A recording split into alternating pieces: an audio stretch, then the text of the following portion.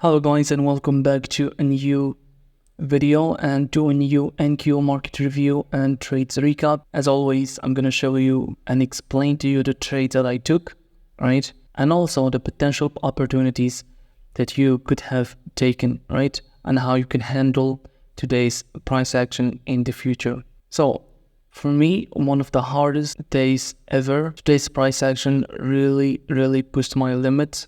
Yes, I came out alive out of it.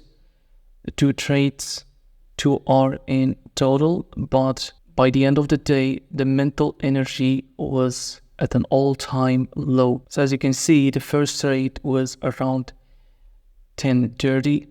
The second trade was by the end of the PM session, and I missed a lot of opportunities in between.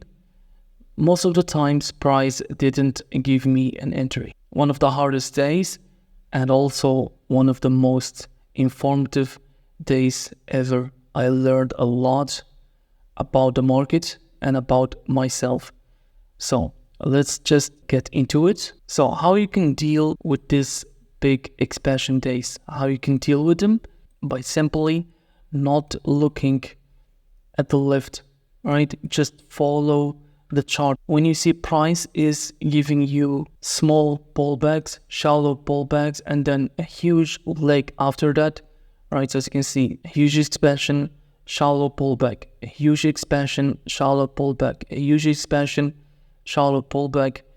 This is one of those days that you will miss a lot of setups in. You will get burned if you try to reverse a trend, and you just need to be patient and wait for the perfect selling opportunity, right? So first of all, let's start by the first trade, right?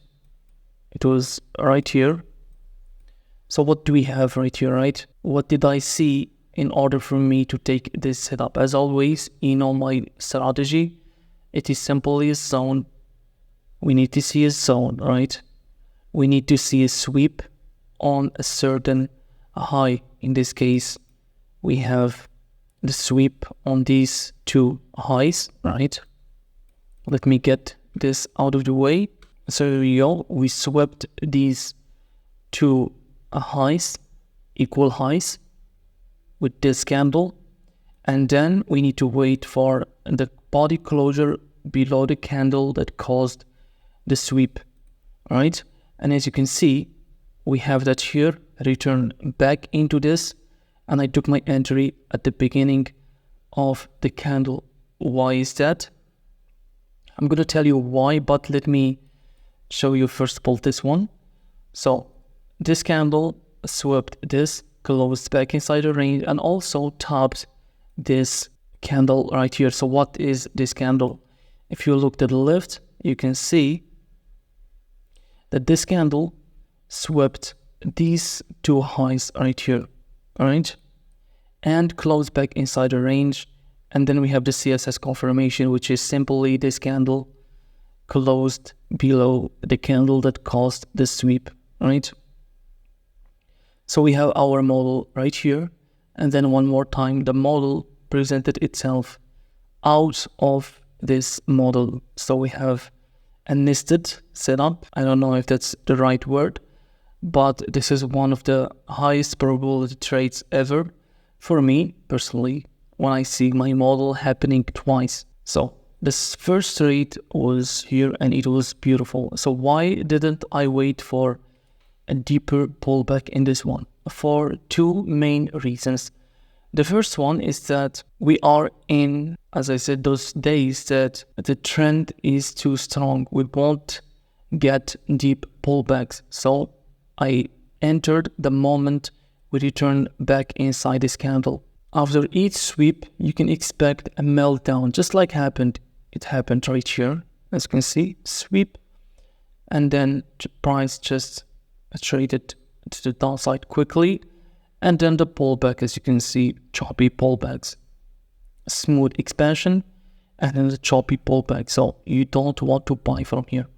So the first reason why I didn't wait for the deeper pullback, the trend was too strong. Also, you can see that the wick right here, this candle, this pullback right here, balanced this wick right here. So for me, I don't see a reason for price to come back all the way to here, right? And this is something I learned from ICT. So wicks are also imbalances, and I have seen this happens all the time. And basically for the rest of the session, I missed pretty much all the good moves. And so let's move on. Here we don't have anything. Remember that we need a zone just like this. We need price to sweep a high inside that zone or just below it, just like this one. So here we don't have that, and we need price to close back inside the range, right? So once we run this high, we don't want body closure, or else the setup is invalid. So here we don't have anything. Shallow pullback, traded to the downside all the way to here. Now price here was just consolidating, right? Nothing important. Don't try to buy setups here. Don't try to buy. It doesn't worth it. It's better to wait for the shorting opportunities, right? There is absolutely no reason for you to try to reverse the whole trend, right? We are obviously in a downtrend. So why would you try to reverse it? If there is a research or a statistic of unprofitable losers, they will find out that most of the unprofitable, they all try to somehow, most of them try to reverse the market, try to be the first buyers and the first sellers, the first buyer in a downtrend and the first sellers in a bullish trend. So it's better to just follow the trend, right? And the only way you're gonna learn this is by losing money. Unfortunately, it's the only way. You need to lose money trying to reverse the market in order to learn to just flow with the trend. Anyway, so here around 1:20 p.m. there was a beautiful setup, but unfortunately it didn't meet all my criteria. So what do we have right here? We can see that we have this swing point. Let's go to 3 minute actually. So what do we have right here? First of all, we have this swing point right here from this one, from this low to this high. Inside it, this is the SNDR, all right? So let's remove this and work only with the SNDR. Here, we swept this high right here, all right? So on the 3 minute, we don't have a sweep. But if we go to the 5 minute time frame, we can see that now we have only a wick, right? And we work only with wicks. So after we see a wick and a rejection to the downside, so on price closing below this high and topping inside the zone, so this is important. Now we need body closures. So I was waiting for price to close here and we didn't have that, unfortunately. So price after that returned back inside this range, balanced this wick, and then a huge expansion to the downside. So just because this candle didn't close here, I didn't take the trade. And for me, this was very important. I need to close. I have seen a lot of times price doesn't close here and then one more time sweeping this and potentially reverses after it, right? So I need to see a sweep or I need to see a body closure. Anyway, another missed setup right here. So moving on, price started trading to the downside right here, start trading to the upside, sweeping this high inside the zone, very important. We are inside the zone, sweeping this high, right? Which candle is the last candle that swept the highs? It is this one right here. So we don't work with this one, we work with this one right here, right? So here's a sweep, also closing back inside the range. So this would be our candle. We have the body closure right here, and we don't have any kind of retracement back into it, not even to the 0% of it, right? So frustrating, and I missed this setup also. price started trading to the downside, return back into this SNDR, all right, just like this one on the 3 minute, all right. We have now this SNDR, price traded to the upside, started trading lower. One more time, I was waiting for the sweep of this high. We didn't have that, right? I missed all of this. It's okay. And then here we don't have any sweeps, right? As you can see, this is low resistance liquidity.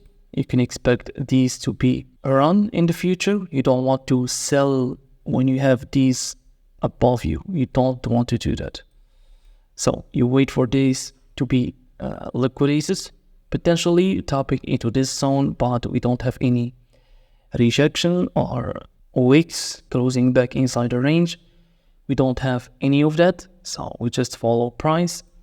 Price traded all the way to here, tapping into the previous SNDR, right? Sweeping these beautiful highs right here, smooth edges. On the 1 minute we have body closure, so this is not valid. So we go higher in the time frame. All right, so on the 3 minute, now we have something to work with. We have all the wicks. So suppose that on the 3 minute, we have the wick right here, but here, this is not a high. This is not a swing high. Maybe it is just a candle. So that's not valid for me. I need to see a swing high, right? Swing high is represented by a 3 candle formation, right? So we have that here. So sweep. Now we need to wait for price to close below the candle that caused the sweep, which is this one right here, right? Beautiful. And I took my trade, so I missed this entry from here, but fortunately, price gave me one more chance to enter, which was from here, and then I took it to the next zone, and it was a beautiful 1.1 or 0.2, I don't remember. Of course, I need to work on my take profits. I'm weak in this area of taking profits, right? So I need to work on that with backtesting. So you might be wondering why I didn't go to the 5-second time frame and find some trades right here. Yes, you are absolutely right. That would be the perfect situation to use the 5-second and the lower time frames in here. When you have big expansions on the 1 minute, on the 3 minute, it's better to go to the lower time frames and find setups right there, and it is guaranteed that you will find setups, right? But I'm using the 1 minute time frame because I need to work on my patience, right? I'm not very patient. This is a weakness in me, and instead of trying to avoid it, this is how I'm trying to fix it, right?